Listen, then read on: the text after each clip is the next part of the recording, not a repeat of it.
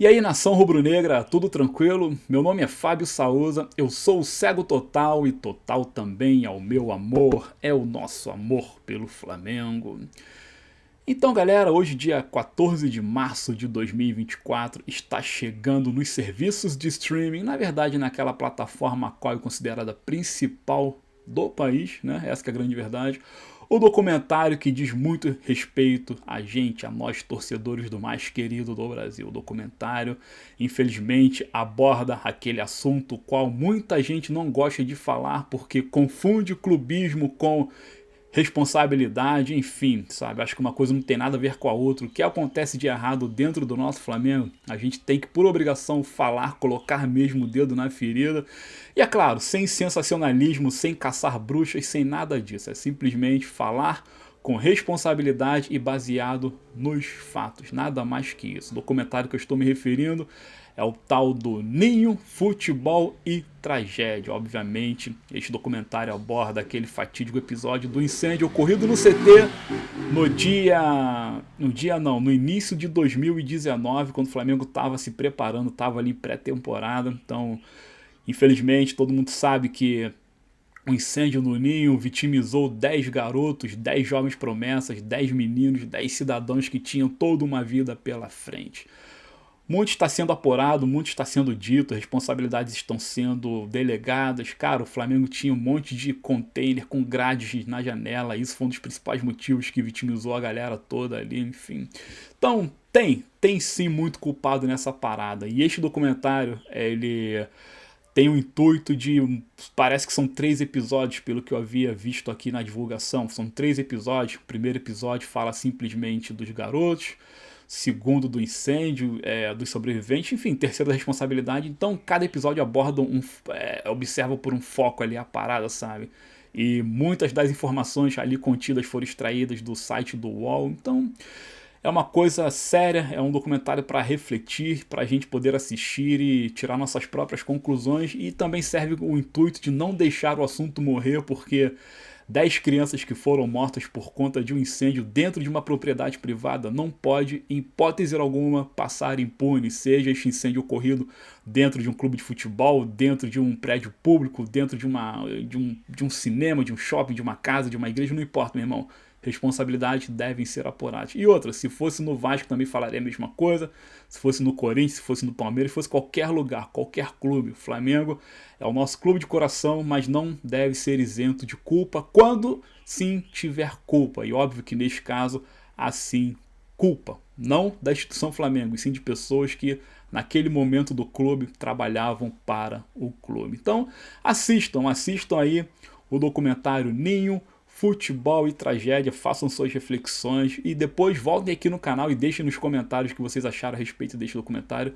Obviamente, assim que eu terminar de gravar aqui, cumprir as minhas obrigações para com o canal, eu vou correr para assistir também e logo logo eu voltarei aqui para falar a respeito, beleza? É isso. Mas aqui, rapidinho, antes de encerrar esse assunto, o diretor do documentário deu uma entrevista e apontou o dedo com tamanha veemência que eu achei um pouco exagerado o que ele disse. Ele disse que os clubes de futebol no Brasil tratam seus jovens como se fossem somente mercadorias, escravos por assim dizer, sabe? Peças que você compra, joga no canto, joga debaixo da escada e só pensa em visar lucro e depois vender e ficar milionário. Bom, alguns clubes, meu querido, pode realmente ser assim. Pode realmente ser assim, ainda mais se a gente puxar um pouco no passado, sabe? Década de 90, 80, 90, até no início dos anos 2000.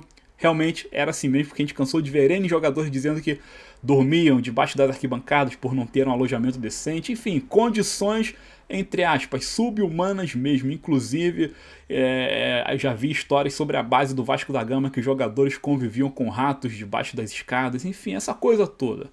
Mas pergunta para um garoto daquele se ele trocaria aquela vida de dormir debaixo de uma escada, de um clube grande, de uma base de um clube grande, para simplesmente não fazer nada dentro de clube nenhum. Pergunta se eles querem deixar essa condição. Não querem, porque é o sonho de cada um deles que está em jogo. Claro que não se justifica. Todo mundo precisa de estrutura para trabalhar, para desenvolver o seu trabalho. E muitos clubes realmente tratam jogadores dessa forma. Mas hoje muita coisa mudou, meu amigo. Muita coisa mudou porque, primeiro, A forma de monitoramento se expandiu, todo jovem tem seu celular com suas câmeras, então eles mesmos já poderiam denunciar as condições de alojamento, de comida, de tratamento, então eu acho que não tem essa, ainda mais se falando de clubes grandes, em especial o Flamengo. O Flamengo, embora no Ninho do Urubu, na ocasião do acidente, ocorrer ali por causa de, segundo dizem, falha no sistema elétrico dos ar-condicionado e tinha grade nas janelas e tudo mais, o Flamengo tratava os jovens como se fossem suas peças de ouro realmente com carinho e com cuidado, cara. Eles só estavam naqueles containers porque o Ninho do Urubu passava por obras e era o que tinha, e era aquilo, quartos com ar-condicionado, com beliches, com estrutura, com médico à disposição, com tratamento dentário, com escola, com tudo, meu irmão. Então o Flamengo nunca tratou os seus jovens como se fossem simplesmente mercadorias. As categorias de base do Flamengo são extremamente valorizadas e vencedoras, e desde então se valorizou ainda mais. Então, você quando vai numa entrevista, o senhor diretor, e fala que os clubes tratam seus jovens como mercadorias somente, você está enganado, porque os clubes tratam, são muitos clubes, entendeu? Então você deve separar o joio do trigo e tem que fazer uma pesquisa aprofundada dentro de cada clube para observar as estruturas de cada clube, tá certo? Então, por favor, separe o joio dos trigos, porque muito é muita coisa. Falando aqui em categoria de base, o Flamengo acabou de comprar mais um menino, um nigeriano, para se juntar ao Sola, o Chola, que está lá no Sub-20, inclusive hoje tem jogo do Mengão, da categoria, semifinal da Copa Libertadores, Rosário Central, enfim. Então o Flamengo comprou um nigeriano lá do 15 de Piracicaba, que se destacou muito na copinha, que é o tal do Hassan Haruna. Atacante, 19 anos, fez 4 jogos nesta copinha, Copa São Paulo, fez 2 gols, deu assistência, enfim, o menino jogou muito bem e chega ao Ninho do Urubu para somar o seu talento àqueles que lá já estão. Agora perguntam ao Hassan Haruna se ele não está feliz em chegar à base do Flamengo ou se lhe faltará alguma coisa que seja para ele poder desempenhar o seu futebol. Pergunta a ele. Ele já publicou fotos nas suas redes sociais, enfim, Flamengo que está investindo pesado nas bases. Tem o Hassan Haruna, tem o Chola, como disse, contratou o Adriano, que ele é uruguaio recentemente. Tem vários estrangeiros chegando para a base do Flamengo, garotos promissores. Tem um menino que o Flamengo comprou pro Sub-9, um goleiro. Porra, moleque de 1 metro e... porra, lá vai fumaça. Goleiro não, zagueiro, 1 metro e lá vai fumaça, quase 2 metros de altura. Então, isso é o Flamengo, meu irmão. Um time que investe e investe pesado, desde seu sub-9 até suas categorias profissionais. Beleza? Então é isso aí. Morreu o assunto. Bom, falando aqui um pouco adiante sobre a Libertadores, Botafogo vergonhosamente se classificou para a fase de grupos, né?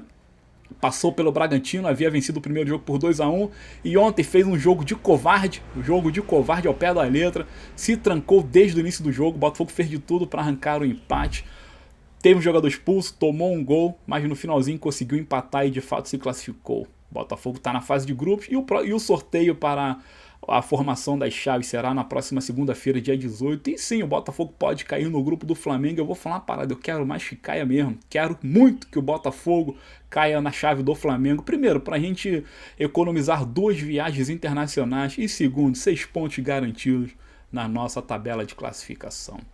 É isso, garoto. Antes de falar do Gerson e do Eric Pulgar, que são 2 peças fundamentais no nosso time, queria pedir, galera, que vocês chegassem juntos aqui no Fla Seguido, que ativassem o sininho das notificações, que deixassem seus comentários, suas críticas, sugestões, opiniões, que dessem um like e que também compartilhassem o canal nos seus grupos. Lembrando também que, caso você queira simplesmente apoiar o projeto patrocinado ou se tornar um parceiro divulgando algum produto seu, algum serviço, entre em contato através do e-mail fabiosauza@gmail.com. Sauza com 2 e's de Zico. Beleza? É isso. Olha aqui, o Flamengo estipulou uma nova data para a integração do Gerson ao plantel. Gerson vai tirar os pontos da cirurgia no dia de amanhã, sexta-feira, e a previsão é que no final deste mês ele já volte a fazer treinamentos leves. E o Flamengo conta com ele ou no final do mês de abril ou no início do mês de maio. Cara, eu acho pouco tempo de recuperação mesmo, porque ele vai ter que se recondicionar. Não acredito que ele volte nessa data estipulada pelo Flamengo, não. Acho que ele volta um pouquinho mais pra frente. Quem sabe no final de maio ou até mesmo início de junho. Mas não importa, cara. Não importa porque temos jogadores de sobra para suprir a sua necessidade. Lembrando que quando o Gerson voltar, a reportagem também dizia que ele pode ter que disputar vagas com outros jogadores que não aquele que está na sua posição original, que hoje é o De La Cruz. Cara, eu não acredito nisso, essa reportagem foi meio que equivocada, porque estão falando que o Gerson será basicamente aproveitado mais para frente na ponta direita, no lugar do Luiz Araújo. Agora, que sentido faz nisso? Você tem o segundo volante de ofício, que é o principal, né, ao lado do Eric Pulgar, que é o Gerson. Na posição dele tá o De La Cruz, que foi comprado para jogar justamente na posição do Luiz Araújo. Então, por que pura e simplesmente você não pegar o De La Cruz, colocá-lo na sua posição original, que é ao lado do Arrasca, fazendo a ponta direita, e colocar o Gerson na sua posição original, que é ao lado do De La Cruz? Que inversão de valores é essa que essa reportagem trouxe, que eu sei que tem muita gente que vai concordar com isso, porém eu não. Não faz sentido, galera. O Gerson, quando voltar, ou se ele tiver condições, ele vai assumir a posição dele, jogando o De La Cruz para frente e o Luiz Araújo que se entenda com o De La Cruz para poder conquistar novamente a sua titularidade. O Luiz Araújo está jogando muito bem, mas porra, estamos falando do De La Cruz e do Coringa. E o Coringa também vai ter que jogar muito bem para conseguir a sua titularidade, porque não é assim não, cara. Não é chegar e voltar a ser titular. Tem muita gente boa naquele setor, graças a Deus por isso. É uma dor de cabeça para o Tite, porém nada está cravado conforme apontou esta reportagem. Eu não acredito nela. E por falar em volante, vamos partir aqui para o Eric Pulgar. Eric Pulgar está no seu melhor momento dentro do Flamengo desde que o Tite chegou. Ele tem 24, aliás, o Tite tem 24 jogos treinando o Flamengo. O Pulgar jogou 18 desses 24. Os números do Pulgar são impressionantes. 18 jogos, 118 bolas roubadas. Ele tem 91% de aproveitamento nos passes e 71% de aproveitamento nos lançamentos. É um aproveitamento altíssimo. O Pulgar deu 4 assistências e 14 passes decisivos. Cara, são números extraordinários e dentre estes ele está em primeiro lugar em vários deles. E o Tite, em contrapartida, não fica atrás, galera. 24 jogos à frente do mais querido. São 17 vitórias, 4 derrotas e 3 empates, aproveitamento de 75%, é um aproveitamento bom demais, aproveitamento para ser campeão basicamente de tudo que se disputa, essa que é a grande verdade. E o Flamengo do Tite fez 45 gols, uma máquina avassaladora e tomou somente 12, um paredão intransponível.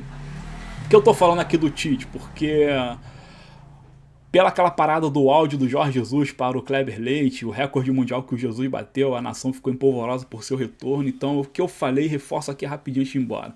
Não seria justo com o Tite a gente entrar neste imbróglio, nesta discussão, mesmo porque, lembrando que o Jesus nos deixou pela porta dos fundos, todo mundo queria a permanência do Mister, ele foi embora, né? E Flamengo ficou a Deus dará, ficou a ver navios e começamos a bater cabeça com um monte de treinador, Domenech, Renato Gaúcho, Rogério Ceni. Tá, Rogério Ceni foi campeão brasileiro, mas olha as condições de jogo. Flamengo foi campeão na Bacia das Almas. Vitor Pereira, Paulo Souza, Sampaoli, teve o Dorival que teve sucesso, mas pô, Flamengo ceifou o garoto lá. Enfim, então demoramos tanto para acertar o nosso treinador. E agora que temos um treinador que realmente deu liga ao time, que botou o time para jogar, que acertou tudo, a gente vai entrar nesse mérito. Acho muito injusto e muito errado. Então, deixa o Jesus continuar a sua trajetória gloriosa lá no Al Hilal e vamos com o Tite, porque os números do Tite são incríveis, são extraordinários. E eu que era um opositor à sua contratação, hoje eu digo que estou muito feliz, beleza?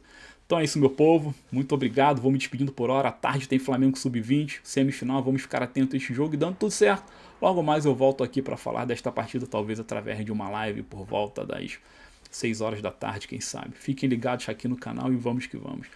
Fiquem bem, fiquem com Deus, fiquem com aquelas pessoas que vocês amam. E a todos eu digo o seguinte: saudações rubro-negras. Valeu!